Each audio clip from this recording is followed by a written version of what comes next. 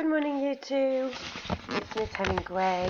I hope you're all okay and ready to learn at home. Before we start this maths lesson, you will need to find some objects that you can use as tens and ones. So as you can see here, I've used pasta, dried pasta, for my tens and dried black beans for my ones.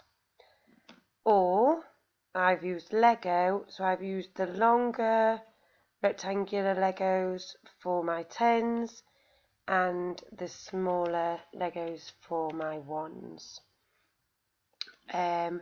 Which numbers can you see that I have made here? Which numbers can you see?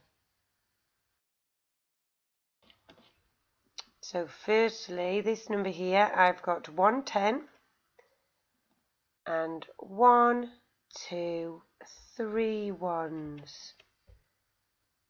1, 10 and 3 ones. I have made 13. And here I've got 1, 2 tens, 1, 2, 3, 4, 5 ones. I have made 25. And moving on to the Lego number, here I have 1, 2, 3, 4, 5 tens and 1, 2, 3 ones. I have made 53. Did you get that? So before you go any further, I want you to pause the video here and go and find yourself something that you can use for tens and ones.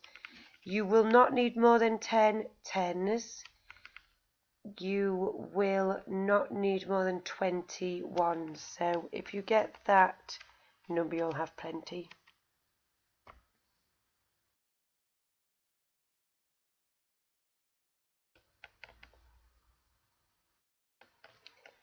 Now, super quickly before we go on to subtraction, get yourself a pencil and paper and have a go at some of these addition sums. This is what we were doing in maths last week, so I just want you to keep practicing.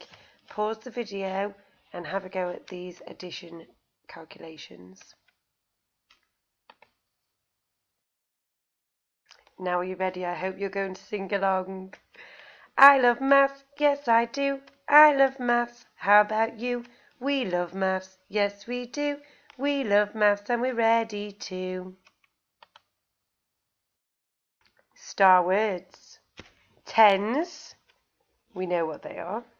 That's my pasta. Ones. Digits. The digits 1 to 9 can be in the tens column and in the ones column, and it makes them have a different value. Part, part, whole. Part, whole. Today we are going to start looking into the column method, just as we've been doing last week, but this week we are looking at subtraction. Subtraction. So we are not going to be getting two parts and putting them together. This week we're going to be taking away.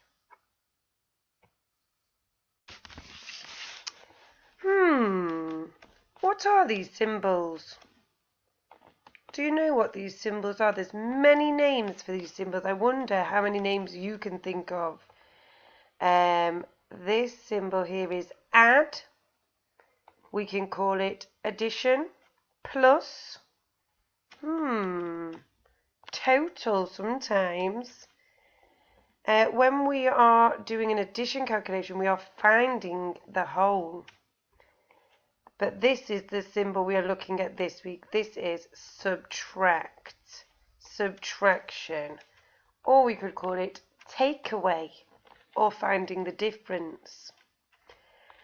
When we are looking at the addition symbol, it means that we're moving up the number line. The numbers are getting bigger, because we are adding more, we are adding one amount to what we already have.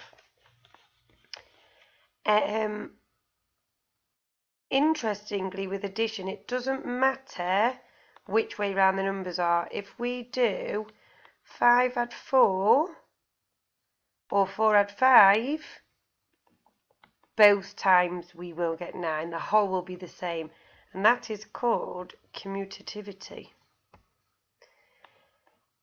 We don't have that when we're doing subtraction. So when we're doing subtraction, we are moving backwards on the number line. The numbers are getting smaller because we are taking an amount away from the whole, and we are left with less. So in subtraction, we go backwards on the number line. The number's getting smaller. And in subtraction, the whole needs to go first. You cannot swap the numbers around. There's no commutativity here. 6 take away 3 will not be the same as 3 take away 6. In fact, we can't do 3 take away 6 yet because we don't have enough here to take away 6.